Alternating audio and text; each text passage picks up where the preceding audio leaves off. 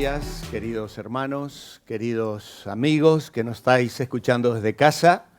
Hemos tenido hoy unos problemitas con la letra que no se podía colocar, pero eso no ha impedido que pudiéramos adorar al Señor y alabarle de una manera preciosa. Realmente Marta nos ha guiado de una manera magnífica, y cuando miremos la segunda parte de nuestro mensaje con el que espero terminar, vais a ver por qué estoy diciendo esto realmente, ¿no? Porque Dios es un Dios maravilloso, se anticipa, orienta nuestras vidas en detalles tan pequeños a veces como significa el conectar el mensaje con la alabanza. Porque bueno, hoy tengo que decir que si Marta miró los devocionales de la semana que viene y los personajes que nos toca mirar, pues era bastante difícil, por lo menos con uno de ellos, ¿no? Judas Iscariote, ¿no? Tenemos ahí en la pantalla los dos Judas. Lo que te deleita, te dirige. Lo que te deleita, te dirige. Y creo que esta mañana ya la alabanza nos ha mostrado un poquito ese aspecto en nuestra vida. Aquellas cosas que nos deleitan, nos dirigen. Organizamos nuestra vida, planeamos nuestras vacaciones, nuestros encuentros con seres queridos, con seres amados. Trabajamos para disfrutar de una comida muy especial, aquellas que nos deleitan, nos dirigen, nos orientan, ¿no? Entonces vamos organizando y llevando nuestra vida, pero obviamente a niveles más importantes y más trascendentes, a veces tomar decisiones marca un rumbo que muestra en realidad lo que hay o deja de haber en nuestro corazón. Así que los dos Judas, lo que te deleita, te dirige. Leemos Lucas capítulo 6, versículo 12. Esta semana nos estamos despidiendo de los 12 apóstoles. Hemos estado ya 10 semanas y esta será la última semana en la que vamos a meditar, y como todas las listas dejan a Judas Iscariote para el final, pues también ha quedado relegado, ¿no es cierto? Pero intentaremos reflexionar algo acerca de él. Dice Lucas 6, 12, en aquellos días él fue al monte a orar y pasó la noche orando a Dios. Orando a Dios. El Señor en dependencia del Padre, buscando su dirección. Y cuando era de día, llamó a sus discípulos y escogió a 12 de ellos. Había ya un buen número de personas que le seguían. Más tarde, después de la muerte y la resurrección del Señor, los discípulos escogerán a uno para reemplazar a Judas Iscariote, el traidor. Y dice que tuvieron en cuenta aquellos que habían estado con el Señor desde el comienzo de su ministerio, y que habían estado presentes y habían visto y siendo testigos de su resurrección. Y dice, cuando era de día llamó a sus discípulos y escogió a 12 de ellos, a los cuales también llamó apóstoles. A Simón, a quien también llamó Pedro, a Andrés su hermano, Jacobo y Juan, Felipe y Bartolomé, Mateo, Tomás, Jacobo, hijo de Alfeo, Simón llamado Celote, Judas, hermano de Jacobo, y Judas Iscariote, que llegó a ser el traidor. Yo creo que les sentimos mucho más cercanos después de estas 10 semanas. Hemos aprendido mucho sobre sus vidas, hemos tratado de hablar bien de ellos y mal de ellos, y cuando nos los encontremos en el cielo, a lo mejor decís, Walter, ven para acá. ¿Qué escribiste en el devocional? ¿Qué estuviste diciendo acerca de mí, no? Y la verdad que a veces les juzgamos de una manera dura, pero bueno, lo que hemos intentado hacer es, bajo la guía del Señor, sacar lecciones que nos hagan ver que estas personas, al fin de cuentas, eran personas como lo somos nosotros, con nuestras luchas, con sus éxitos, sus fracasos, con sus ilusiones en la vida, personas que el Señor escogió para un propósito especial. Ahora, nos toca hablar de los Judas hoy. Y entre los 12 apóstoles de Cristo vemos que hay 2 que llevaban este nombre. El Iscariote, que era hijo de Simón, que fue el que le entregó, y que lamentablemente en cada vez que aparece la lista de los apóstoles, siempre aparece con esa coletilla, el que llegó a ser el traidor, el que le traicionó, etc. Y también del que vamos a hablar hoy, el otro Judas, que es, como se le menciona aquí en Lucas, el hermano de Jacobo el menor. Es bueno distinguir que en la Biblia aparecen por lo menos 7 Judas, aparte del traidor. En realidad Judas viene de Judá, el que era patriarca de Israel, y significa Jehová guía. Jehová es el que guía. Es un buen nombre. Judas, en realidad, desde el punto de vista bíblico, era un nombre verdaderamente interesante. Claro, ha quedado manchado de una manera especial y supongo que ninguno de nosotros lo escogeríamos para nuestros hijos o para nadie, ¿no? Yo no conozco por lo menos a nadie que le hayan puesto ese nombre en el día de hoy. Pero tenemos entonces un hermano de Jesús que es el autor de la epístola que lleva su nombre. Allí antes de Apocalipsis hay una pequeña carta que ni siquiera tiene capítulos, solo versículos, que corresponde a Judas, el hermano de Jesús. Luego hay un antepasado de Jesús en la genealogía de Lucas. Luego un Galileo que se sublevó en los días del censo y es mencionado en Hechos, capítulo 5. Luego otro que vivía en Damasco y donde se hospedó Saulo de Tarso después de que tuvo ese encuentro con el Señor y donde fue Ananías para darle nuevamente la vista. Y luego tenemos un Judas Barsabás que está mencionado en Hechos, capítulo 15, y luego Judas Iscariote y el Judas hermano de Jacobo entre los apóstoles. Así que entre estos que el Señor había escogido encontramos uno muy bueno y uno muy malo. Uno muy bueno y uno muy malo. ¿Qué nos hace ver esto? Bueno, que en realidad los nombres no nos hacen mejores ni peores. Los nombres que nos colocan nuestros padres pueden a veces buscar el significado. Yo tengo uno de mis hermanos que probablemente va a estar viendo esta reunión en Argentina, que se llama Adrián Ariel Eduardo. Y Adrián lo escogió los hermanos, le escogimos Adrián. Ariel le escogió mi padre y Eduardo mi madre, porque lo quería poner en honor a un hermano suyo que no tuvo hijos varones. Así que Adrián, Ariel, Eduardo. Y mi padre quería ponerle un nombre bíblico. Le puso Ariel porque es un nombre bíblico.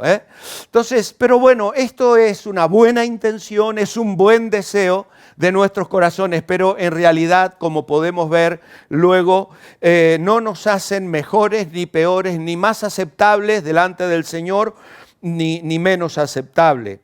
Al traidor no le ayudó su nombre para ser mejor, ni al hermano de Jacobo le ayudó para ser peor. Los evangelistas siempre los distinguen y el que va junto con el Judas Iscariote es llamado también de 3 maneras diferentes. Aquí en Lucas hemos visto que se llama Judas hermano de Jacobo, pero también en Mateo 10 se le llama Judas Lebeo y en Marcos 3:18 Judas Tadeo. Así que mirad todos los nombres, apellidos y sobrenombres que este personaje tiene. Ahora bien, en esta mañana yo voy a hablar primero de Judas Iscariote. Voy a cambiar el orden. En la semana, en los devocionales, vamos a acabar con Judas Iscariote. Pero esta mañana yo no quiero cerrar este mensaje hablando de Judas Iscariote. Por lo tanto, voy a alterar el orden.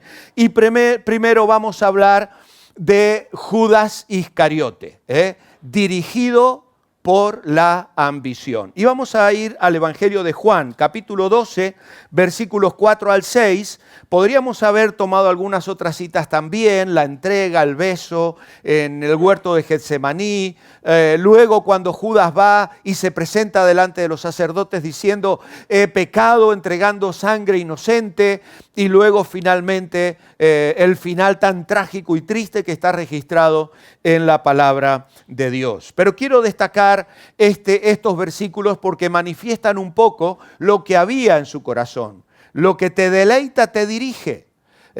Y entonces vemos aquí que María había traído verso 3, una libra de perfume de nardo puro, de mucho precio, ungió los pies de Jesús y los enjugó con sus cabellos y la casa se llenó del olor del perfume. Y dijo uno de discípulos, Judas Iscariote, hijo de Simón, el que le había de entregar. ¿Por qué no fue este perfume vendido por 300 denarios y dado a los pobres? Claro, en ese momento hay otra cita de esta escena en Lucas, donde dice que todos dijeron lo mismo. O sea, que aquí Juan, muchos años después, escribe su evangelio y le atribuye a Judas esto, y obviamente fue el que sugirió esto. Y los demás estuvieron de acuerdo con él. Dice, ¿por qué no fue este perfume vendido y dado a los pobres? Pero, dice Juan, dijo esto no porque se cuidara de los pobres, sino porque era ladrón. Y teniendo la bolsa, sustraía de lo que se echaba en ella. Qué tremendo, qué tremendo. A mí os aseguro que me nubla el alma en esta mañana pensar que una persona pudo estar junto a Jesús todos aquellos años y ser un ladrón y no experimentar una transformación interior en su corazón. Por eso hablamos de Judas y hablamos del mayor fracaso de la historia. El más notorio y universalmente despreciado de todos los discípulos es Judas Iscariote, el traidor. Como hemos dicho, su nombre aparece al final de todas las listas de los apóstoles. Y cada vez que aparece una referencia a él, va esa aclaración. El que llegó a ser el traidor describe su condición de traidor. Es el fracaso moral más colosal en toda la historia de la humanidad. Cometió el pecado, el hecho más horrible y atroz que ningún individuo pudo haber hecho jamás. Convivió con Jesús, con el Hijo de Dios. Observó al Señor hacer milagros, tocar la gente, bendecir las vidas. Pero su corazón, en lugar de ir ablandándose, se iba endureciendo. Su corazón, en lugar de quebrantarse, iba encerrándose más en sí mismo, acariciando sus deseos egoístas. Qué tremendo pensar que pudo vivir, pasar noches junto al Señor, distribuir los alimentos entre la multitud, viajar con los otros discípulos anunciando el evangelio, pero no tener un corazón transformado. No percibir realmente a quién estaba sirviendo y con quién estaba conviviendo. Traicionó por un puñado de monedas al Hijo de Dios, perfecto, sin pecado, santo. Su oscura historia es un ejemplo patente de las profundas oscuridades en las que un corazón humano puede existir. Pasó esos 3 años con Cristo, pero durante todo ese tiempo su corazón solo se endureció, se fue llenando de odio. Si buscamos una explicación a lo que sucedió en su vida, tal vez la parábola del sembrador nos ayude a encontrar una respuesta. ¿Recordáis cuando el Señor habló en Mateo 13 de los tipos de terreno en los que cae la semilla? Pues es probable que el terreno del corazón de Judas haya respondido sin ninguna duda, no es probable, sin ninguna duda, a uno de estos terrenos. Ahora, cuando el Señor hablaba del terreno donde caía la semilla, estaba hablando de la mente y el corazón de las personas. Está hablando de tu vida y de la mía y de la de Judas y de la de el otro Judas y la de Pedro y la de Juan. Para Jesús la mente y el corazón de las personas no eran un simple depósito donde colocar un montón de información. Era un terreno donde sembrar una semilla que al germinar se desarrollaría y fructificaría. ¿Dónde fructificaría? En el terreno de la emoción, el escenario de los pensamientos. Cuando el evangelio llega a la vida de una persona, comienza a producir cambios en su enfoque de vida, en su modo de tratar a otras personas. diría Pablo más tarde, si alguno está en Cristo, nueva criatura es. Las cosas viejas pasaron, son todas hechas nuevas. Y así es como vemos personas que han sido profundamente transformadas. ¿Por qué? Porque les llegó un montón de información que les cambió la mente como el mundo suele pensar. No, cayó la semilla de la palabra de Dios en su mente, en su corazón, en su memoria y transformó desde adentro hacia afuera y produce fruto en nuestra vida. ¿Qué tipo de frutos? Pues produce la palabra de Dios el fruto del amor, de la paz, de la seguridad, la sensibilidad, la solidaridad, el perdón, la mansedumbre, la capacidad de servir, la habilidad para pensar antes que reaccionar. Y así el Señor fue conquistando el espíritu de las personas, lo íntimo del ser humano, generando inspiración, generando deseo ardiente por cambios, generando creatividad en las personas. Jesús no fabricaba robots que repitieran mecánicamente un enfoque de vida, sino que puso semillas en los suelos del consciente e inconsciente de las personas para que sus personalidades fueran transformadas. Y es lo que continúa haciendo en el día de hoy. Cuando el evangelio entra en un hogar, en un matrimonio, en una vida, la transforma, la cambia y hace de nosotros nuevas criaturas. El terreno del corazón de Judas posiblemente esté representado por esos pedregales de poca profundidad donde el Señor decía que cae la semilla y brota pronto. Pero como el terreno no es bueno, está lleno de piedras, las raíces no profundizan. Y entonces cuando sale el sol del mediodía, la planta se quema, se muere, o cuando sopla un viento fuerte, es arrastrada. ¿Por qué? Porque esa semilla no cayó en buena tierra, sino en un corazón pedregoso. Al principio seguramente Judas se entusiasmó con Cristo. Seguramente respondió al llamado del Señor.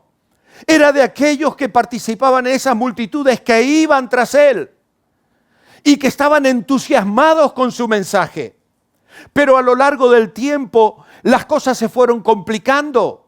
La vida de Jesús no fue fácil. Los enemigos comenzaron a surgir. ¿Y cuáles eran esos enemigos? Las autoridades espirituales, los fariseos, las autoridades políticas, y comenzó la persecución y la vida de Jesús comenzó a correr peligro. Y entonces todo esto comenzó a ser una influencia en el corazón de este hombre que se fue cerrando al poder del Espíritu y a lo que Dios pretendía realizar en su vida y en su corazón. Y entonces esas expectativas tremendas y grandes que él tenía ante esa situación se fueron disipando, se fueron consumiendo. Judas era tan común y corriente como el resto. Lo único que podemos decir de él, en diferencia a los demás discípulos, es que no era de Galilea como la mayoría de ellos. Judas parece ser que era de una zona al sur de Jerusalén. Y es probable también que por eso haya sido tan fácil para Judas pasar desapercibido. Es decir, los otros se conocían, eran socios de pesca, habían compartido situaciones, habían sido algunos discípulos de Juan el Bautista, venían de un entorno parecido, pero Judas parece ser uno que viene de un sitio diferente. Y entonces trabaja de tal manera a lo largo de esos años que todos confían en él, al punto de que era el administrador, tenía la bolsa, administraba los dineros que el grupo necesitaba. Ya hemos visto días atrás cómo algunas mujeres acompañaban al Señor y le daban de sus bienes. Y de hecho, cuando allí en Juan 13 el Señor le da el bocado a Lucas, respondiendo de ese modo a Juan, que no termina de entender lo que está pasando, y el Señor le dice: lo que debes hacer, hazlo más pronto. Todos creyeron que el Señor le estaba diciendo que fuera a dar algo a los pobres, o que fuera a comprar alguna cosa que necesitaban o que hubiesen olvidado en la cena, pero ninguno entendió que el corazón de Judas en ese momento, después del bocado, dice Juan, Satanás entró en él. Y salió para consumar la traición que previamente, una semana antes, ya había acordado con los sumos sacerdotes, los cuales estaban contentísimos, porque podrían arrestar al Señor en un lugar privado, sin levantar un tumulto en medio de las gentes que habían visitado a Jerusalén en grandes multitudes en la fiesta de la Pascua. Así que Judas no tiene una característica que lo pueda destacar del grupo. Empezó exactamente como los otros, pero nunca se apoderó de la verdad por la fe. No experimentó una transformación como el resto de los discípulos fueron experimentando. Podemos marcar algunas características positivas de su personalidad, porque no le vemos en ninguna situación fuera de la de María que hemos leído aquí. Le vemos como alguien moderado, equilibrado, discreto, sensato. Nada en los evangelios machaca o mancha su comportamiento. No hay información que revele si era ansioso, inquieto, preocupado, y no parece haber ofendido a nadie ni haber tenido alguna actitud agresiva o fuera de lugar, como la tuvieron Juan y Jacobo, por ejemplo, cuando se enfadaron con los samaritanos y pidieron que descendiera fuego del cielo. O incluso Pedro metió la pata varias veces. Judas no. Jesús tuvo que reprender a Pedro, a Juan, a Jacobo, a Tomás incluso. Y solo aquí ofrece su opinión condenando el desperdicio de perfume que había hecho María. Pero como hemos dicho, todos los demás también dijeron lo mismo. Ahora, ¿qué podemos decir de las características negativas de su personalidad para ir acabando con él? Pues la impresión que nos queda es que era el que menos características negativas tenía, pero en realidad el problema es que nunca supo tratar adecuadamente sus conflictos. Nunca abrió su corazón realmente al Señor. Sus frustraciones se transformaron en montañas insalvables.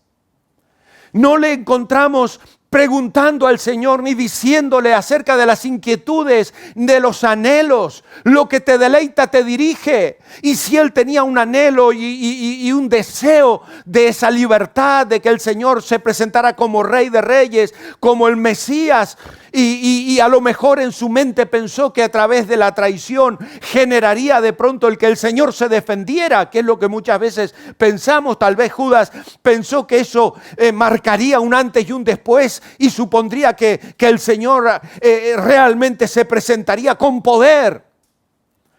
Porque aparentemente él, de acuerdo a lo que luego le dice a los sacerdotes cuando va y tira las monedas en el templo, él no estaba esperando que la suerte del Señor fuera exactamente esa.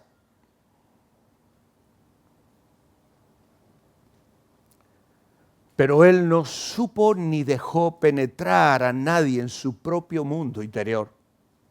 No supo sacar afuera sus miserias. Juzgó lo que a él le parecía, pero no supo comprender la realidad de su situación interior. Y una de las peores características es no ser una persona transparente. No ser una persona transparente. Es cierto que nos cuesta y no necesitamos ir abriendo nuestro corazón y ventilando todos nuestros asuntos a todo el mundo. Pero hay una actitud y hay una persona ante la cual tenemos que abrir nuestro corazón plenamente. A Jesús no le podemos dejar armarios cerrados en nuestra vida. No podemos invitarle a entrar en nuestro hogar y no permitirle entrar en cada compartimiento, en cada rincón secreto. No pueden existir cajas fuertes, secretas, a las que el Señor no pueda llegar.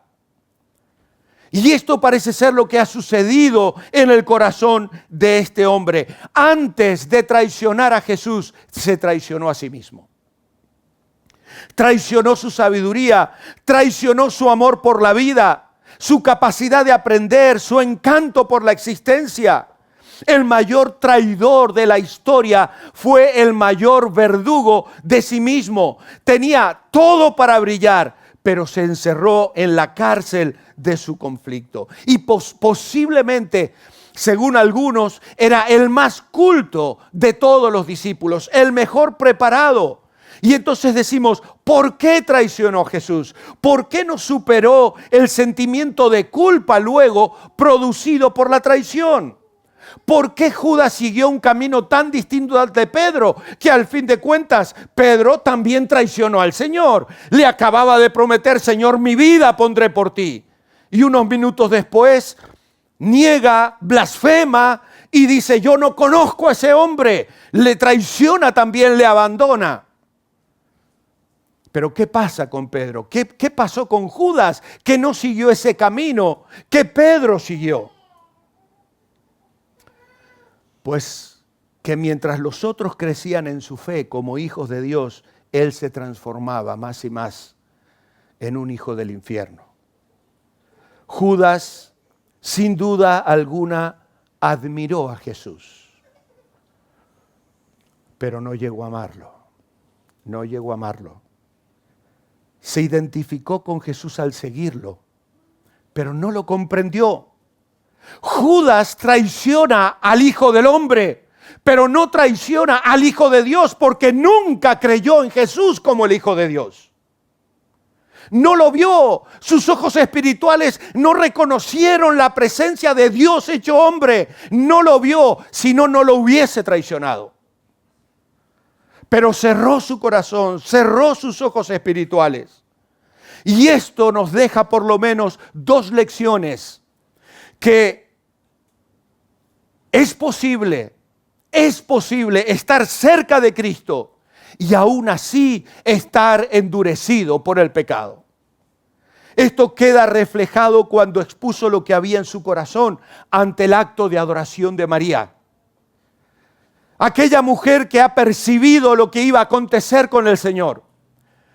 Ella entiende lo que el Señor ha venido diciendo, que la muerte le esperaba ese fin de semana. Y el Señor dice, se ha anticipado a mi sepultura. Y ella derrama el valor de todo un año de trabajo a los pies del Señor, ungiéndolo con su cabello. Y allí está aquel, con un corazón cerrado, juzgándole. Porque al fin de cuentas, vendió al Señor por mucho menos precio de lo que valía aquel perfume. Por una miseria, verdaderamente, que era el precio de un esclavo. ¿Por qué? Porque Judas buscaba un león, pero no comprendió que Jesús era el Cordero. Era el Cordero de Dios. ¿Y qué otra cosa nos enseña Judas? Pues que no importa cuán pecadora sea una persona, ni qué traición pueda intentar cometer contra Dios, el plan de Dios y su propósito no pueden ser frustrados. Dios es soberano. No puedo esta mañana entrar en el tema de la elección, ni lo que algunos estáis pensando, algo vamos a decir en el devocional esta semana. Es que estaba escrito, es que Judas estaba obligado a hacerlo. No estaba obligado a hacerlo. Estaba profetizado, sí, que sería traicionado. Y que lo haría alguien muy cercano a Jesús. Pero Judas tenía la libertad de tomar sus propias decisiones. Y las tomó, consciente de lo que estaba haciendo y siendo responsable ante Dios, ante la humanidad, ante la historia, de lo que él decidió hacer. Es esa soberanía de Dios que va enmarcando nuestro caminar en el devenir de nuestra existencia. No lo podemos explicar de una manera cabal, pero sí sabemos que el Señor viene a nuestro lado, que Él tiene planes, que Él tiene propósitos, y esos planes se van a cumplir contigo o conmigo, o como decía un político argentino, conmigo, como decías, contigo sin tigo, contigo o sin tigo. Era un político que estaba haciendo campaña para que lo votaran. Pues yo voy a hacer contigo o sin tigo, dijo él. Bueno, pues nada, el Señor tiene su plan, tiene su propósito, lo lleva a cabo y no hay ser humano que se pueda levantar contra la soberanía, el poder y lo que Dios ha determinado. Esta semana hemos acabado de estudiar Apocalipsis y allí hemos visto una y otra vez ese final y esa perspectiva de un trono, de alguien que está sentado en el trono, alguien que gobierna, alguien que dirige. Vamos a Juan 14, porque ahora vamos a hablar del otro Judas. Y en el Juan capítulo 14, versículo 15 al 26, vemos al Señor allí diciéndoles: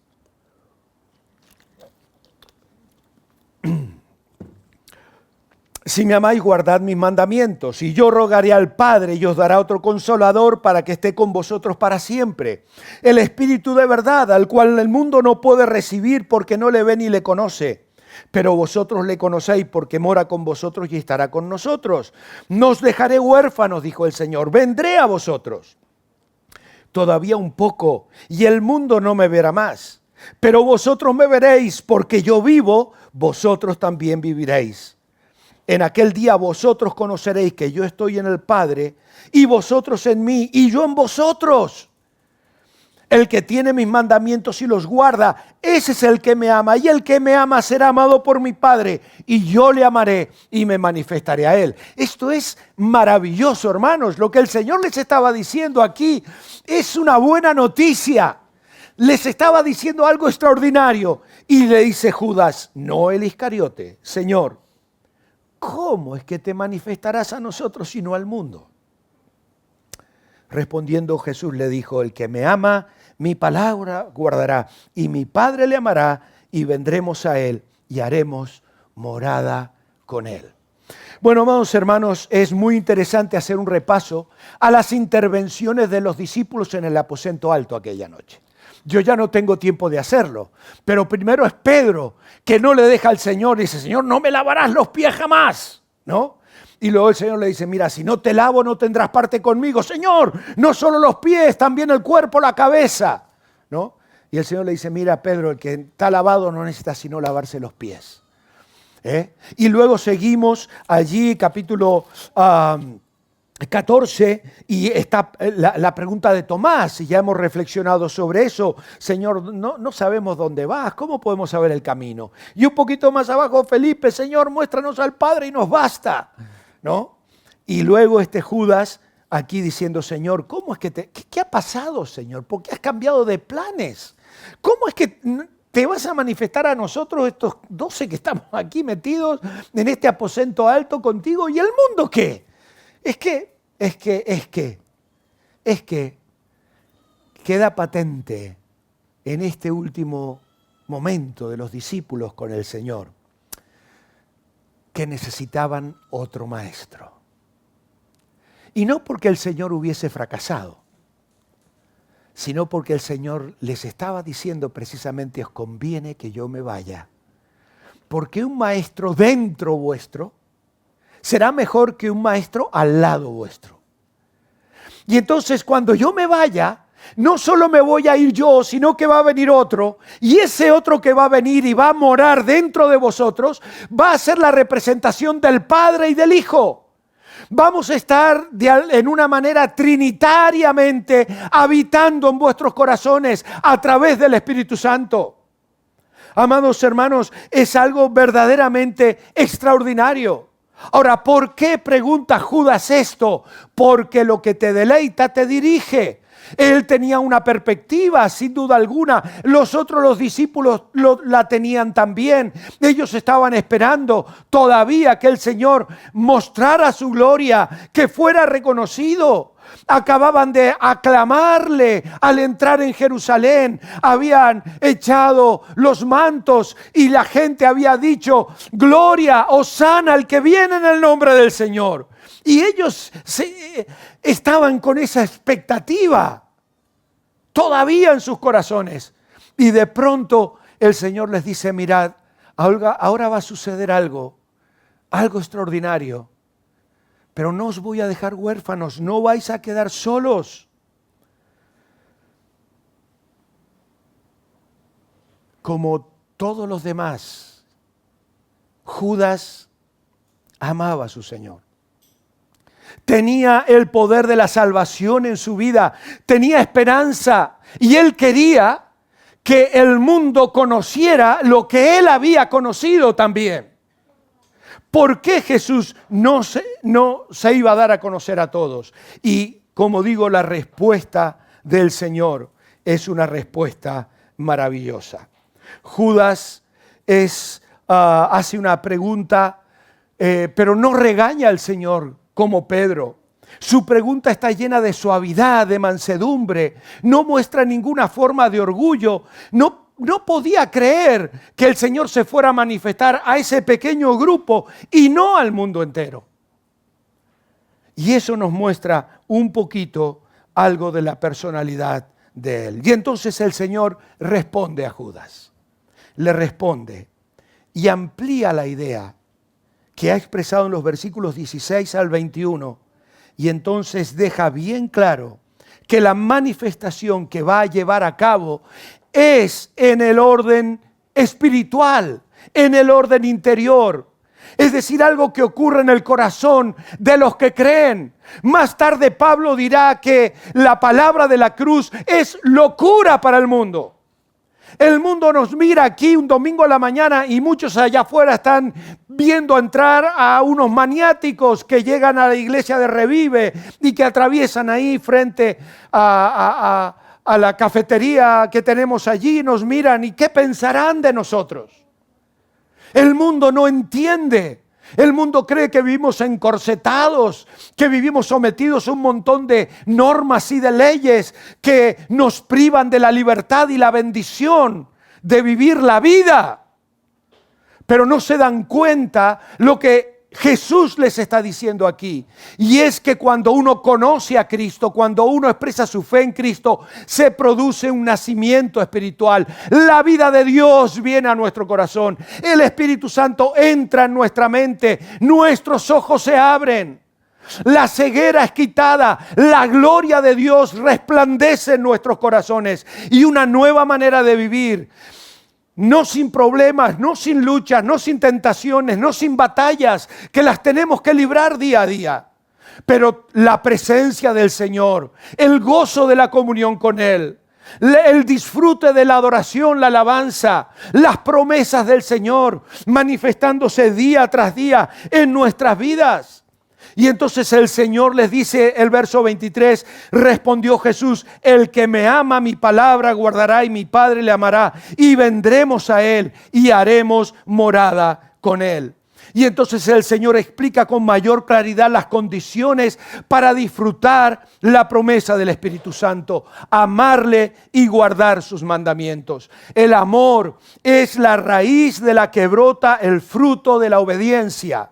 No se ama por obediencia, sino que se obedece por amor. Vuelvo a repetirlo, el amor es la raíz de la que brota el fruto de la obediencia. No se ama por obediencia, sino que se obedece por amor. El que me ama, dice el Señor, mi palabra guardará. Y esto es lo que acontece en nuestra vida. Y entonces el Señor a esa expresión de amor y de entrega da una amplitud de la promesa. El que me ama guardará mi palabra y ¿qué más? Y mi Padre le amará. Mi Padre le amará.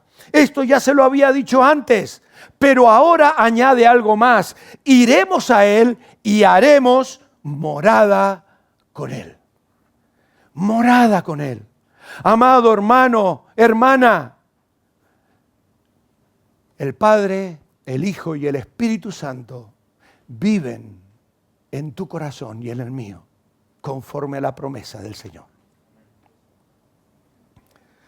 ¿Somos conscientes de eso? ¿Rebosan nuestros corazones de gratitud cada día? El Señor habitando, morando, estableciendo su presencia en nuestro corazón. Y la palabra haremos morada es la de un inquilino que tiene domicilio permanente. No es uno que llega y se va, no es alguien que viene de visita, no es ni siquiera como estamos haciendo en esta mañana, que venimos aquí, nos reunimos y cuando os vayáis vamos a poner la máquina de ozono para desinfectar esto. No, no, no, no. El Señor no hace eso. El Espíritu Santo mora en nuestro corazón, habita permanentemente en tu vida, en la mía y en la de cada uno de aquellos que abren su corazón a Jesucristo. Por tanto, si no lo has hecho todavía, hoy es el día, hoy es la oportunidad. Está golpeando el Señor la puerta de tu corazón en esta mañana para que le digas: Señor, creo en ti. Señor, entra en mi vida. Señor, resplandece en mi corazón. Quiero experimentar esa bendición. Quiero sentir el gozo de tu presencia. Quiero, Señor, regocijarme en la promesa y la realidad de que habitas en mi vida. En mi vida. Y esto, dice el Señor, esta promesa que habéis oído no es mía, dice el verso 24, sino del Padre que me envió. Verso 24, no lo hemos leído. El que no me ama no guarda mis palabras. Y la palabra que habéis oído no es mía, sino del Padre que me envió. Amados hermanos, qué bendición tenemos. El énfasis de nuestro deber se basa en el mandamiento de Cristo como nuestra norma. El que me ama, mi palabra guardará. Y el Señor enfatiza esa respuesta de obediencia a la palabra de Dios. Pero también hay aquí un énfasis de consuelo para nosotros, porque Cristo es nuestra garantía. Él nos sostiene, Él nos bendice. Y también la seguridad que nosotros experimentamos está en que las palabras de Cristo no las dice por su propia cuenta, sino que es la palabra del Padre que le envió. Hermanos, no lo he inventado yo. Lo dijo el Señor y lo acabamos de leer en respuesta a esa sencilla y fresca pregunta de Judas, el hijo de Tadeo, de Lebeo, de Jacobo. El Judas, cuyo nombre significa Jehová guía. Y lo que te deleita, te guía. ¿Te deleitas en Dios? ¿Está tu deleite en la palabra de Dios? Dice el Salmo 37, verso 4, deleítate en el Señor y Él te concederá los deseos de tu corazón. Oh, queridos hermanos, qué contraste hemos visto esta mañana. Qué contrastes. Que el Señor abra nuestros corazones para amarle más, para seguirle más y para vivir más y más para su gloria. Vamos a orar. Amado Señor, en esta mañana queremos darte gracias por tu palabra. Gracias por estos apóstoles, estos hombres cuyas vidas nos han enseñado tanto esta semana. Señor, que no se encuentre entre nosotros ningún corazón como el de Judas hoy, que se encierra en sus conflictos, que cierra su corazón y deja de ser transparentes. Pensar que este hombre vivió junto a Jesús 3 años y no fue capaz de sentarse junto a él y decirle: Señor, no entiendo esto, ¿qué es lo que pasa? Señor, oh Padre, en esta mañana que no haya un corazón cerrado, sino que nuestros corazones sean transparentes como el del otro Judas, como Judas Tadeo, Señor, que trajo su interrogante y tú le diste esta promesa eterna, maravillosa y real, que hoy bendice y estimula nuestras vidas. Oh Dios, ayúdanos a regocijarnos en ti y a experimentar esta bendición para gloria de tu nombre cada día. Oramos en el nombre de Jesús. Amén y amén.